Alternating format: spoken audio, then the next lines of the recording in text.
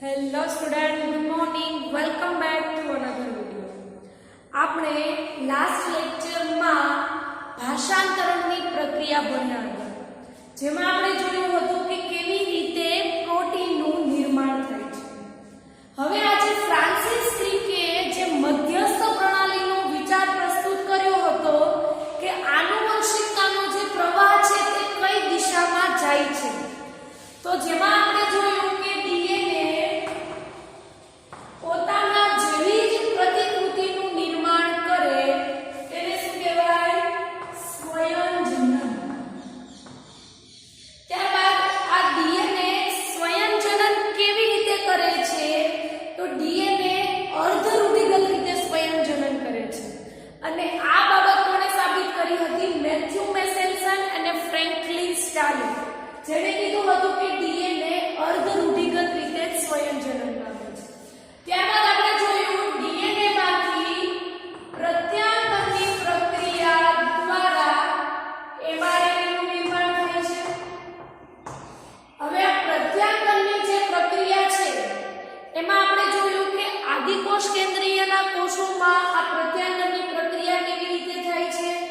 ત્યારબાદ આપણે એ પણ જોયું કે જે કોષ કેન્દ્રીયના કોષો હોય એમાં પ્રત્યાંતરની પ્રક્રિયા કેવી રીતે થાય છે.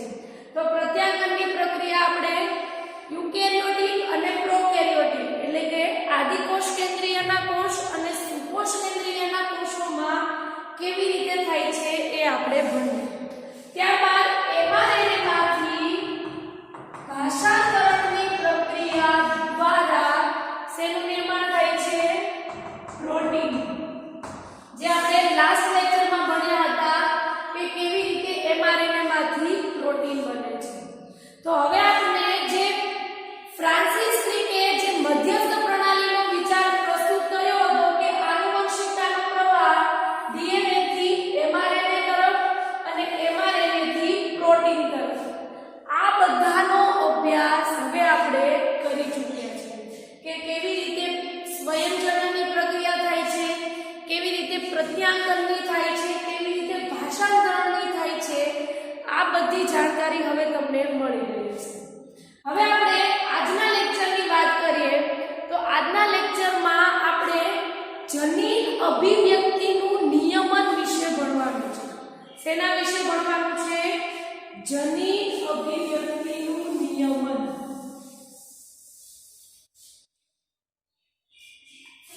જનીન અભિવ્યક્તિનું નિયમન.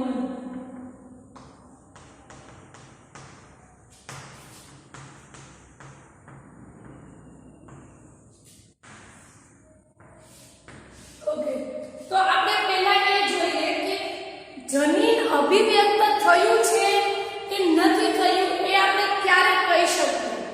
તો જ્યારે ડીએનએ માંથી એમઆરએનએ, એમઆરએનએ માંથી પ્રોટીન બને એનો મતલબ કે જનીન અભિવ્યક્ત થયું છે.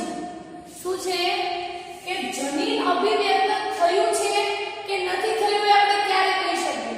તો જ્યારે ડીએનએ માંથી એમઆરએનએ અને એમઆરએનએ માંથી પ્રોટીન બને એનો મતલબ કે જનીન અભિવ્યક્ત થયું છે.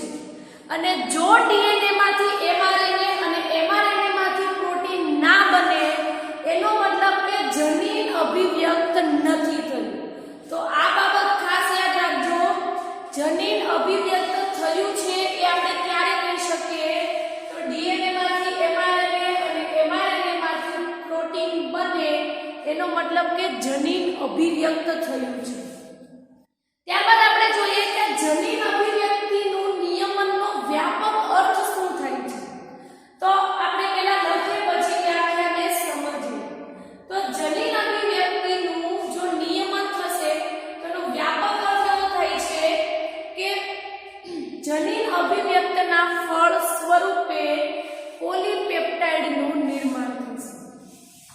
જનીન અભિવ્યક્તના સ્વરૂપે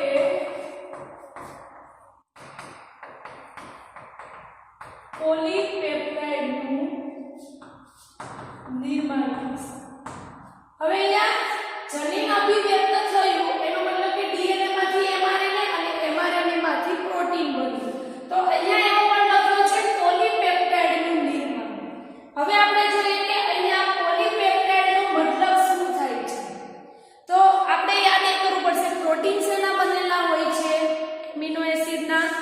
અને આપણા શરીરમાં કેટલા એમિનો એસિડ હોય છે? 20 પ્રકારના. આ 20 એમિનો એસિડ એકબીજા સાથે જોડાશે ત્યારે પ્રોટીન બનશે.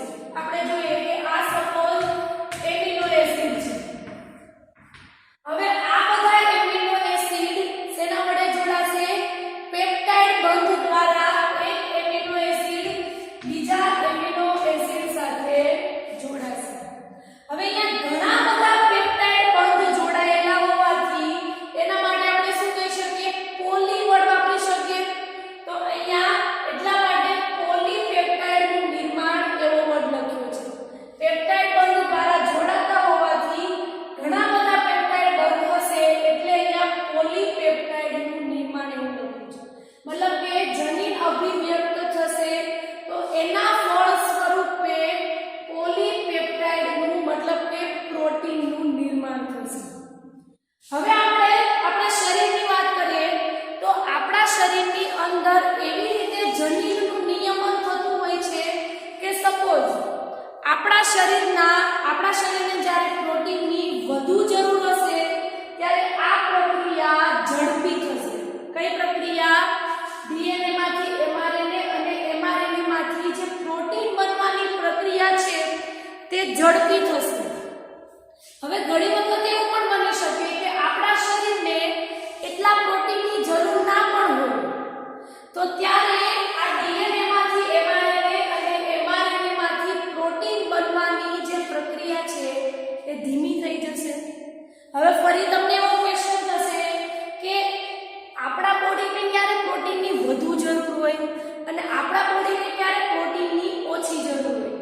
એનું માત્ર એક એક્ઝામ્પલ આપું છું સમજવા માટે કે સપોઝ તમે જલેબી ખાધી. લગતા કરું છું એટલે વધારે સમજાશે. આપણે શું જોવાનું છે કે આપણા શરીરમાં જનીન અભિવ્યક્તિનું નિયમન થતું હોય છે.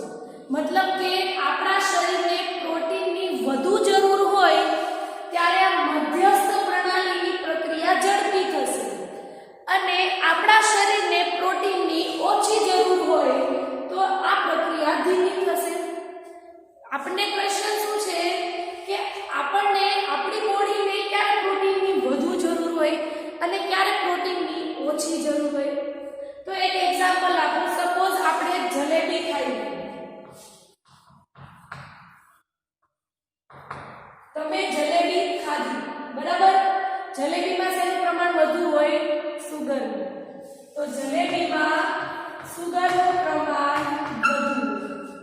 હવે આ સુગરનું પ્રમાણ આપણા શરીરમાં શું થશે? જ્યારે કોઈ પણ ગળી વસ્તુ ખાઈશું, આપણે એક્ઝામ્પલ માટે જલેબી લીધી છે પણ કોઈ પણ લઈ લો, તો હવે જ્યારે આપણે ખાઈએ ત્યારે આપણા શરીરની અંદર સુગરનું પ્રમાણ વધી જશે. હવે આપણા શરીરમાં સ્વાદુપિંડની અંદર એક ઇન્સ્યુલિન નામનો અંતઃસ્ત્રાવ આવેલો હોય છે અને આ અંતઃસ્ત્રાવ આપણા શરીરની અંદર જે સુગર હોય છે એને મેન્ટેન કરે છે. મતલબ કે જો વધુ પ્રમાણમાં હશે તો એનું લેવલ શું કરશે? સમપ્રમાણમાં, મતલબ કે જાળવી રાખશે. કયો અંતઃસ્ત્રાવ? ઇન્સ્યુલિન નામનો અંતઃસ્ત્રાવ, જેનું કાર્ય શું છે? ગ્લુકોઝનું ચયાપચય કરવાનું. મતલબ કે જેટલું પ્રમાણ શરીરને ગ્લુકોઝનું જોઈએ એટલું એ જાળવી રાખશે. એનાથી વધુ પણ નહીં થવા દે અને એનાથી ઓછું પણ નહીં થવા દે. તો ઇન્સ્યુલિન અંતઃસ્ત્રાવ ગ્લુકોઝનું ચયાપચય કરે છે. હવે આ જે ઇન્સ્યુલિન અંતઃસ્ત્રાવ છે એ શેનો બનેલો હોય છે? પ્રોટીનનો બનેલો હોય છે. ઇન્સ્યુલિન જે છે એ પ્રોટીનનો અંતઃસ્ત્રાવ છે. તો હવે ઇન્સ્યુલિનને જો ગ્લુકોઝનું ચયાપચય કરવું હોય તો એના માટે શેની જરૂર પડે? પ્રોટીન. કારણ કે શેના બનેલા હોય છે? પ્રોટીનના.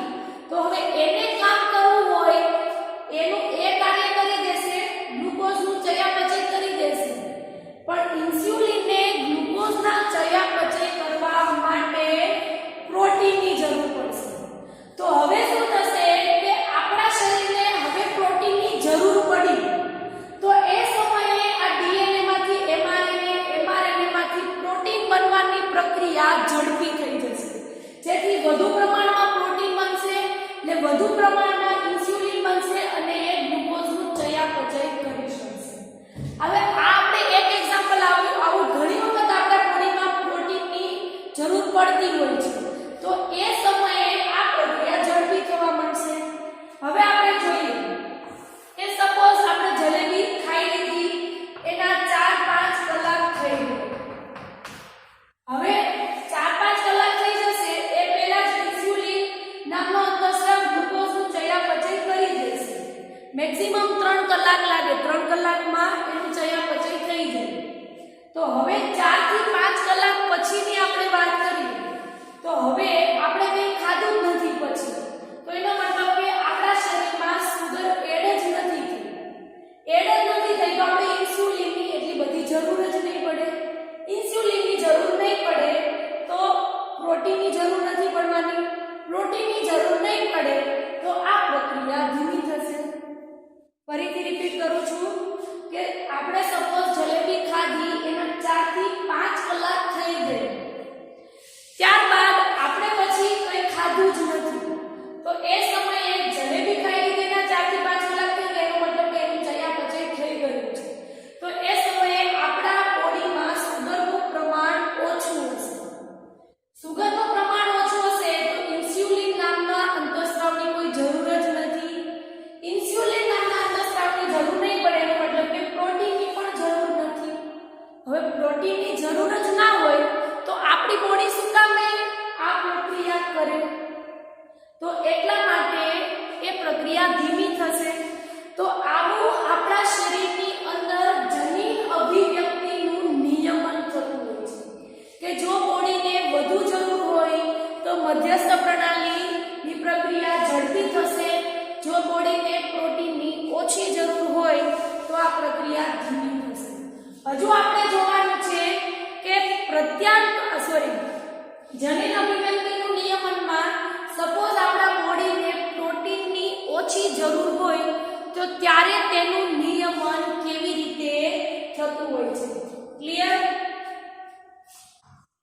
આપણે અહીંયા ખાલી નિયમન લખે છે અને આ નિયમન માત્ર સુકોષ કેન્દ્રીયના કોષોમાં જોવા મળે છે. આ બધું નિયમન જે હું લખું છું અત્યારે એ માત્ર શેમાં જોવા મળે છે? સુકોષ કેન્દ્રીયના કોષોમાં.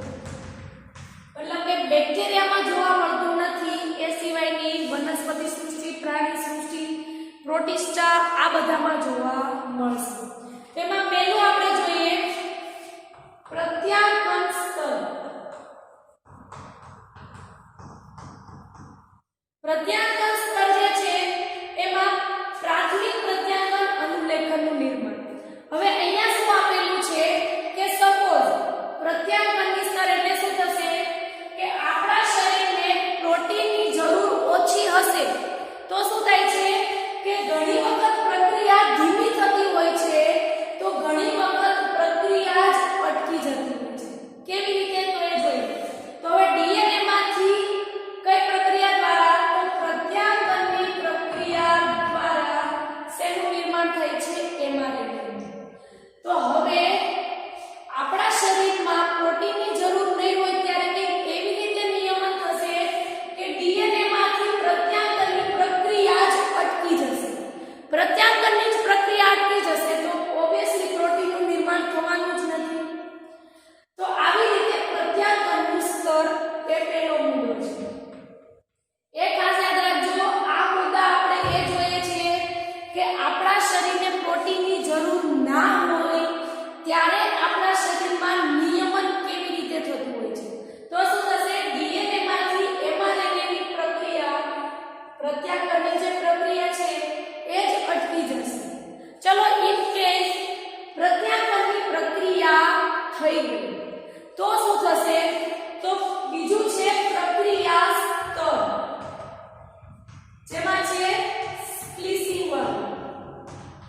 હવે આપણે યાદ કરીએ કે સુકોષ કેન્દ્રીયના જે કોષો હશે એ સુકોષ કેન્દ્રીયના કોષોમાં આપણે ડ્રો કરીએ.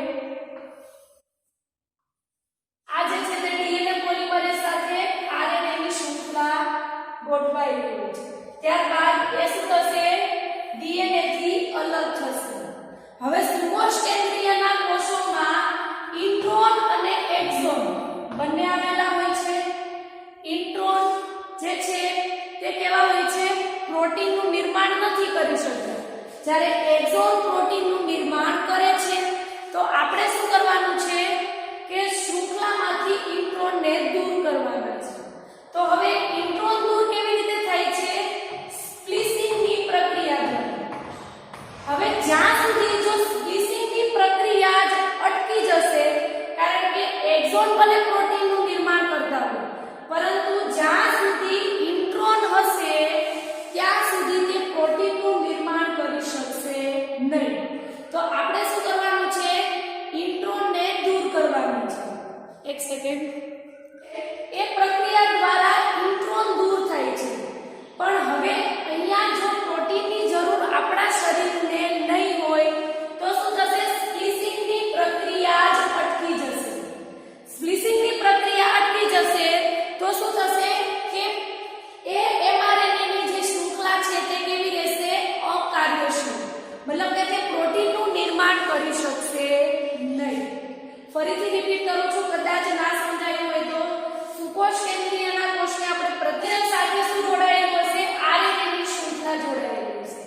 પછી નેક્સ્ટ સ્ટેપમાં શું થાય છે? DNA થી આ RNA ની શૃંખલા અલગ થઈ જશે. હવે આ RNA ની શૃંખલામાં ઇન્ટ્રોન અને એક્ઝોન બંને આવેલા હશે. હવે ઇન્ટ્રોન પ્રોટીનનું નિર્માણ નથી કરી શકતા, પણ એક્ઝોન કરી શકે છે. એટલે શું થશે? તો એ સ્પ્લિસિંગની પ્રક્રિયા દ્વારા ઇન્ટ્રોન દૂર થાય છે, પણ અહીંયા સ્પ્લિસિંગની પ્રક્રિયા જ અટકી જશે તો આ mRNA ની શૃંખલા કેવી રહેશે? અકાર્યશીલ. અને અકાર્યશીલ હશે તો પ્રોટીનનું નિર્માણ કરી શકશે નહીં. તો આ થયું બીજું પ્રક્રિયા સ્તર અને અથવા કાઉન્સમાં સ્પ્લિસિંગ. ત્યારબાદ આપણે ત્રીજું જોઈએ. mRNA નું કોષ કેન્દ્રમાંથી કોષ રસમાં સ્થળાંતર.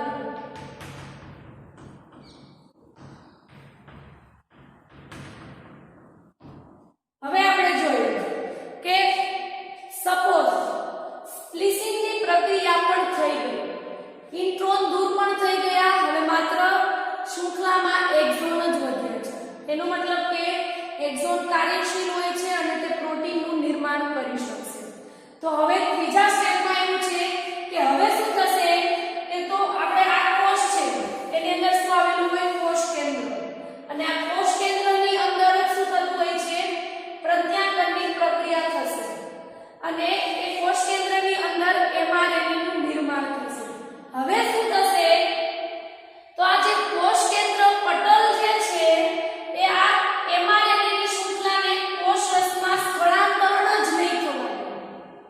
ઇન કેસ સ્પ્લિસિંગની પ્રક્રિયા પણ થઈ ગઈ તો હવે શું થશે? તો કોષ કેન્દ્રમાંથી આ જે mRNA ની શૃંખલા બની છે એને કોષ રસમાં સ્થળાંતરણ જ નહીં થવાનું. અને ચોથું જોઈએ ભાષાંતરણીય સ્તર. જેમાં એ હશે કે સપોઝ ચલો કે mRNA ની શૃંખલા કોષ રસમાં પણ આવી ગઈ તો હવે શું થશે? તો હવે ભાષાંતરણની પ્રક્રિયા જ અટકી જશે.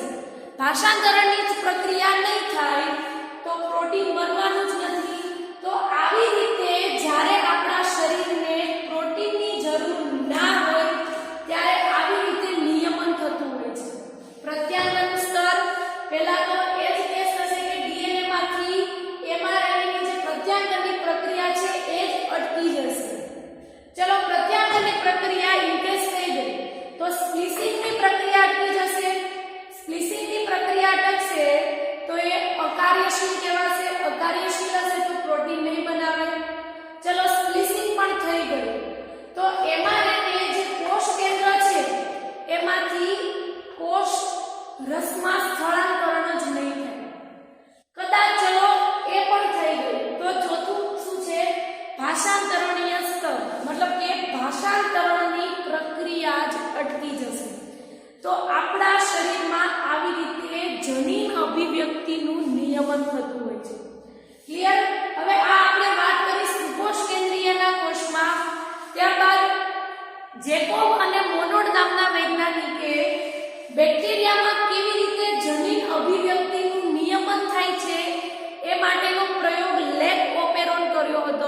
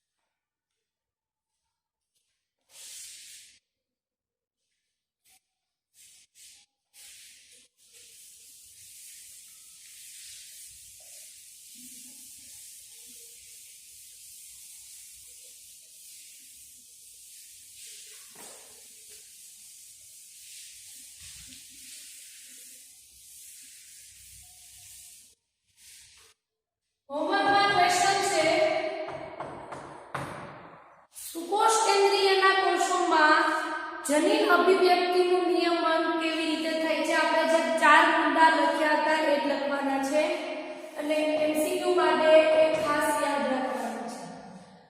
શું છે ક્વેશ્ચન? સુકોષ કેન્દ્રીયના કોષોમાં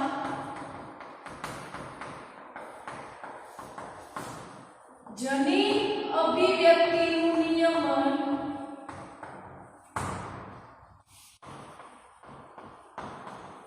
કેવી રીતે થાય છે?